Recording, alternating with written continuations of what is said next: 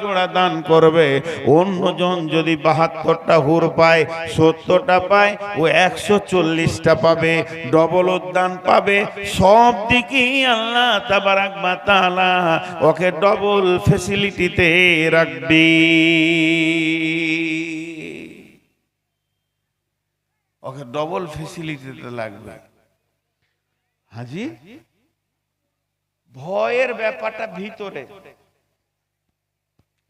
আমার ভিতরে আল্লাহর ভয় আছে কিনা আপনি কি করে জানবেন? আপনার ভিতরে আল্লাহর ভয় আছে কিনা আমি কি করে জানবো? নামাজ হচ্ছে বহির্প্রকাশ। আমি নামাজ পড়ছি, আমার সামনে দিয়ে কেউ হাঁটলে আপনি বলবেন এই যাস না, নামাজ পড়ছে, দেখতে পেয়েছেন চোখে। আমি রোজা রেখেছি, না খেয়ে বসেছি, আপনি এক কাপ চা নিয়ে এলেন, নফল রোজা, সবাইকে দিচ্ছেন, আমাকে দিতে গেলেন, না ভাই আমি রোজা রেখেছি, আর দিবেন না। এগুলো প্রকাশ্যে দেখা যায়, কিন্তু কার ভিতরে ভয় আছে আর না আছে এটা কি করে জানা যাবে? কি করে জানা যাবে? কার ভিতরে ভয় আছে আর না আছে কি করে জানা যাবে? ভয়ের একটা প্রতীক চিহ্ন বলছি, মন দিয়ে শুনবেন। এটা দৌড়, দৌড় মারবে।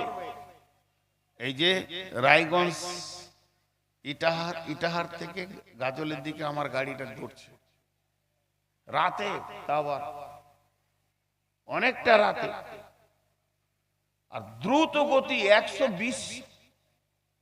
120 কিলোমিটার গতিতে দৌড়ছে। আর ঠিক আমার গাড়ির 50 হাত দূরে একটা কুত্তা এই দিক থেকে যে মেরে দিলে দৌড়। অত রাতে ও যে দৌড়লো, তো আমি ড্রাইভারকে বলছি আস্তে চালা। আর ও যে দৌড়ছে না, ওর পেছনে কেউ তাড়ছে, ভয়ে দৌড়ছে। তো দেখছি পেছনে আরো 3টে কুত্তা এসে দাঁড়িয়ে গেল, মানে এরা তাড়ছে, ও দৌড়ছে। এই দৌড়টার নাম হলো ভয়। জি, দৌড়টার নাম হলো ভয়। ভীতু দৌড়বে। একটার নাম হলো খফ মানে ভয়, খাসিয়া মানে ভয়।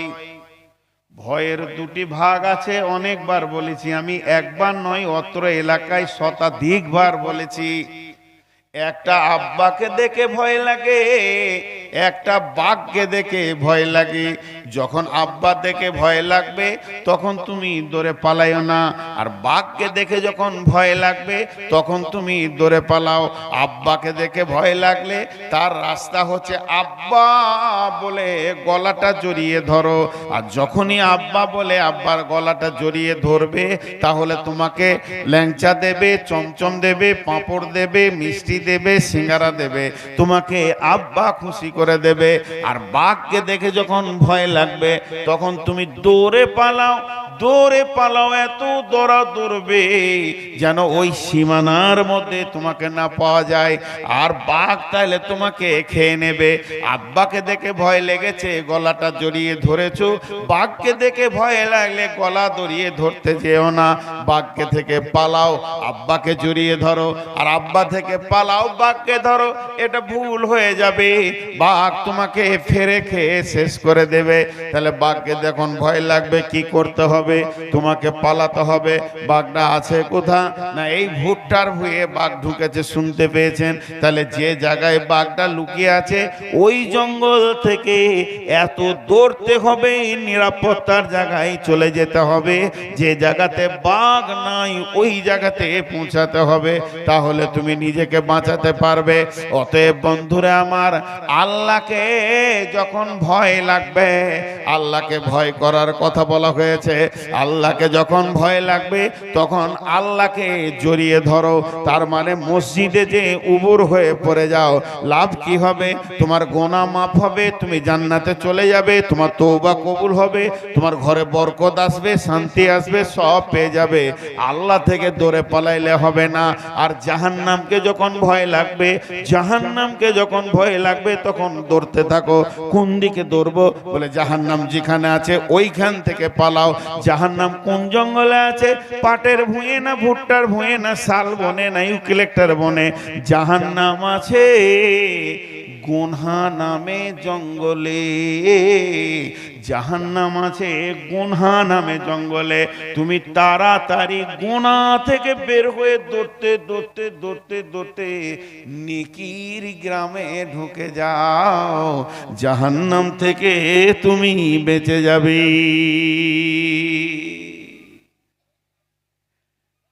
ভয় লাগলে দৌড়তে হয়, জাহান্নামকে ভয় লেগেছে, গুনহার জঙ্গল থেকে বের হয়ে নেকিতে চলে যাও। আর বেশি বলবো না, এবার চলে যাব মেন আয়াতে, যার উপরে কবিতা পড়েছি সে রমজানের উপরে কথা বলবো। খালি আর একটা কথা বলি, আর একটা কথা বলি আপনাদের সামনে।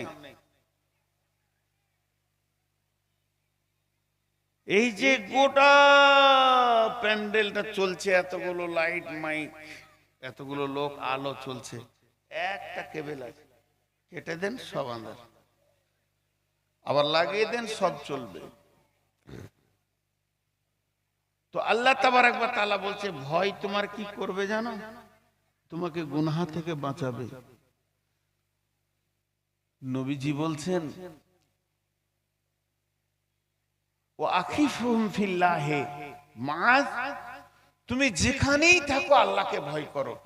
আল্লাহর ভয় আমার সাথে যেমন জামা আছে, গেঞ্জি আছে, লুঙ্গি আছে, তুমি আল্লাহর ভয়কে সব সময় কাছে রাখো। আর আল্লাহর ভয় সাথে থাকলে গুনাহ ঢুকতে পারবে না। তোমার কাছে আর অন্য কোনো পুলিশ সিকিউরিটি লাগবে না, একটাই চ্যালেঞ্জ, তোমার কাছে আর গুনাহ আসবে না যদি আল্লাহর ভয় থাকে। তো ওটাকে সাথে রাখো।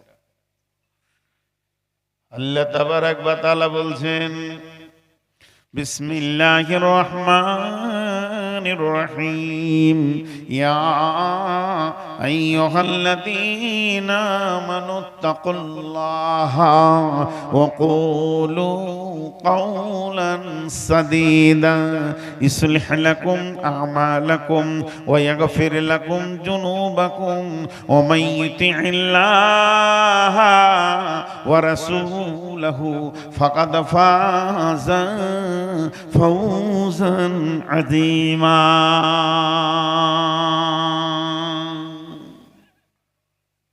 কথাটা আল্লাহ, মানুষ এক দুই করে উঠছে, উঠিয়েন না, উঠিয়েন না। আর 5টা মিনিট টাইম আপনাদের কাছে চেয়ে নিচ্ছি, আমি খালি রমজানটা ধরি তো বুঝতে পারবেন। এই একটা তর্জমা করে দিই।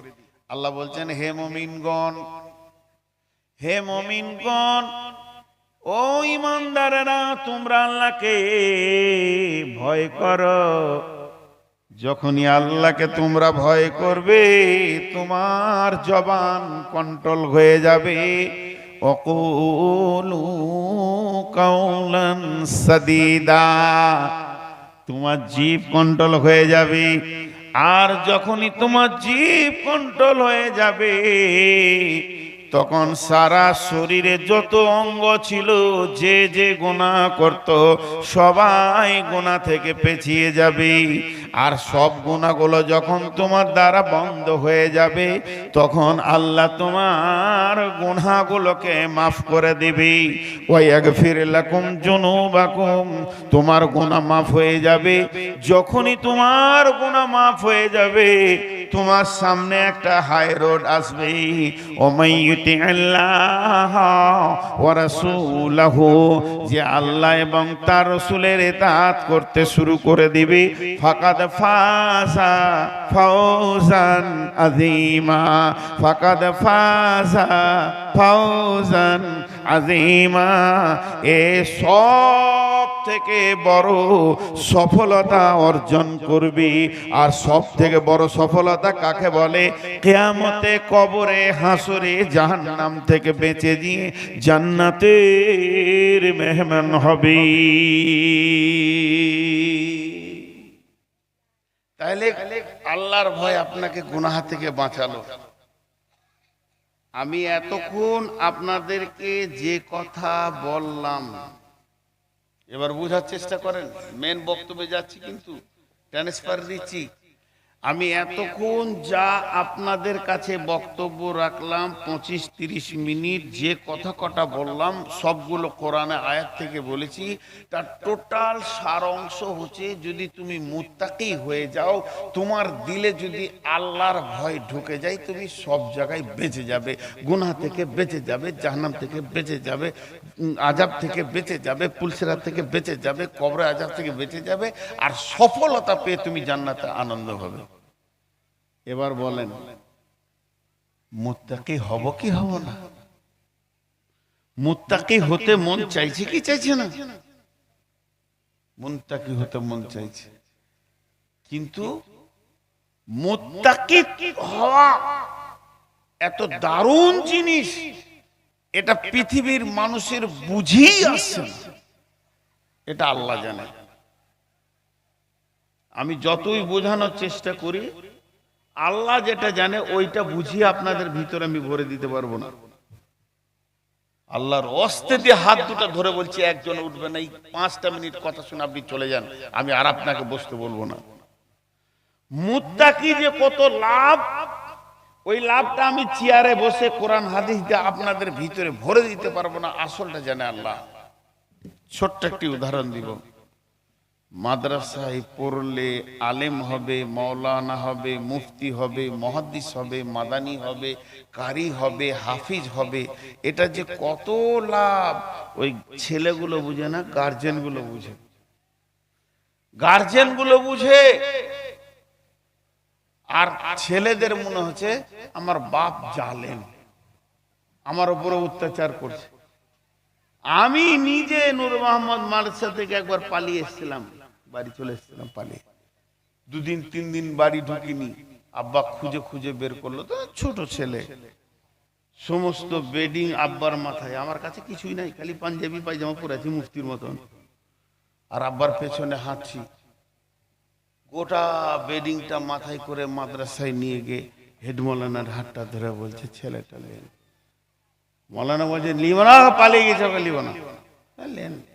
তাহলে আমার বাপ বুঝছে যে 2026 সালে আমার ছেলে যাদবপুর ময়দানে চেয়ারে বসে কথা বলবে, আজকে আমি যদি হেড মৌলানার পায়ে ধরে বলতে পারি, লাভটা ও বুঝেছে, আমি বুঝিনি।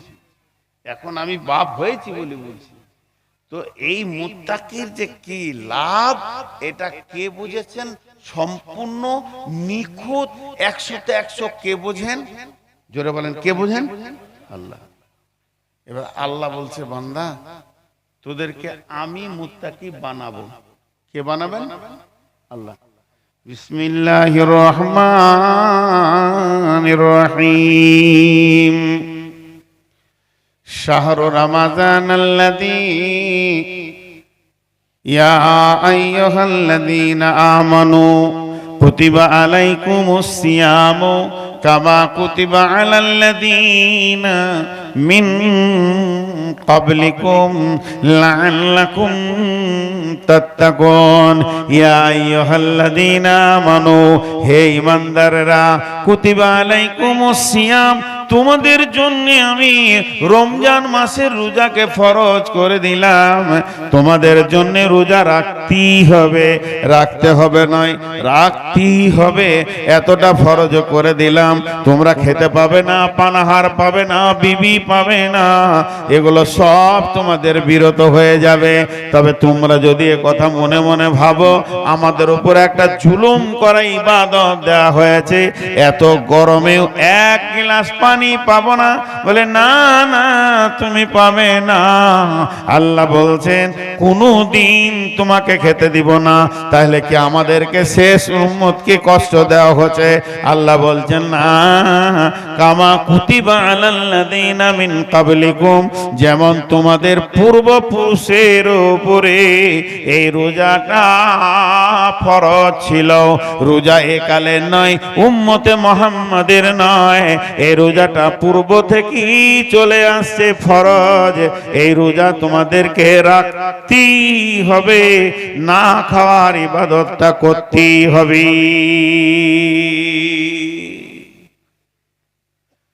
কিছু বলা কথা এখানে বলবো, আপনাদের কোন নতুন মনে হবে যে কোন কথা রে, আল্লাহকে জিজ্ঞেস করছি, ধরেন বান্দা আমরা গোলাম, মাবুদকে জিজ্ঞেস করবো না তা কাকে জিজ্ঞেস করবো? মূর্তির কাছে যাব? মূর্তির মুখে তো লাত মেরে রেখেছি। আমাদের মাবুদ একজন, ওকেই জিজ্ঞেস করছি, আল্লাহ না খাইয়ে আপনি কি আনন্দ পান? নামাজ, হজ, যাকাত, কালেমা আর রোজা 5টা, একটু ধ্যান দেন। আমি কালেমা পড়লাম, আশহাদু আল্লা ইলাহা ইল্লাল্লাহু ওয়া আশহাদু আন্না মুহাম্মাদান আবদুহু ওয়া রাসূলুহু। আমি লোকের কাছে প্রমাণ দিয়ে দিলাম যে আমি আমার জবান দিয়ে স্বীকার করছি আমার আল্লাহ এক, তার কোনো শরীক নাই, আর নবী মুহাম্মদ সাল্লাল্লাহু আলাইহি সাল্লাম তার প্রেরিত রাসূল এবং গোলাম। কালেমা পড়লাম মানে স্বীকারোক্তি দিলাম, বুঝা গেল, জবানবন্দি হলো। নামাজ পড়ছি, আল্লাহু আকবার, বোঝা যাচ্ছে গোলাম তার রবের কাছে গোলামিত্বটা বহির্প্রকাশ করছে। দাঁড়িয়ে আছি, রুকু করছি, সাজদা করছি, বোঝা যাচ্ছে। হজ, বিশ্ব সম্মেলনের আল্লাহ ডাক দিয়েছে, আমি হাজির হয়েছি, লাব্বাইক আল্লাহুম্মা লাব্বাইক, লাব্বাইক লা শারীকা লাকা লাব্বাইক, ইন্নাল হামদা ওয়া নি'মাতা লাকা ওয়াল মুলক লা শারীকা লাক। এটাও বোঝা যাচ্ছে। যাকাত, আল্লাহ নির্ধারিত ট্যাক্স আমি দিলাম, আল্লাহ আমার কাছে পাবে, এক গোলামের কাছ থেকে পাবে, টাকাটা নিয়ে গরিব গোলামকে আল্লাহ দেবে। আল্লাহ এটা সিস্টেম। আমাকে আল্লাহ মাল দিয়েছে, আমার কাছ থেকে 50,000 বের করে নিয়ে 20টা 50টা গরিবকে দিয়ে দিলে খাগা তোরা, এটা আল্লাহ সিস্টেম। তার ট্যাক্সকে আমরা দিলাম, বুঝতে পারলাম। নামাজ বুঝলাম, কালেমা বুঝলাম, হজ বুঝলাম, যাকাত বুঝলাম। নামাজের বর্ডার কতটা নবীজি বলছেন, আত-তাসলিমু তাহলিলুহা ওয়া তাকবীরু তাহরিমাহা। তাকবীরে তাহরিমাতে নামাজ শুরু হয়, আর যখন সালাম ফেরা হয় তো নামাজ শেষ হয়ে যায়। এই মধ্যখানটার নাম হলো সালাত।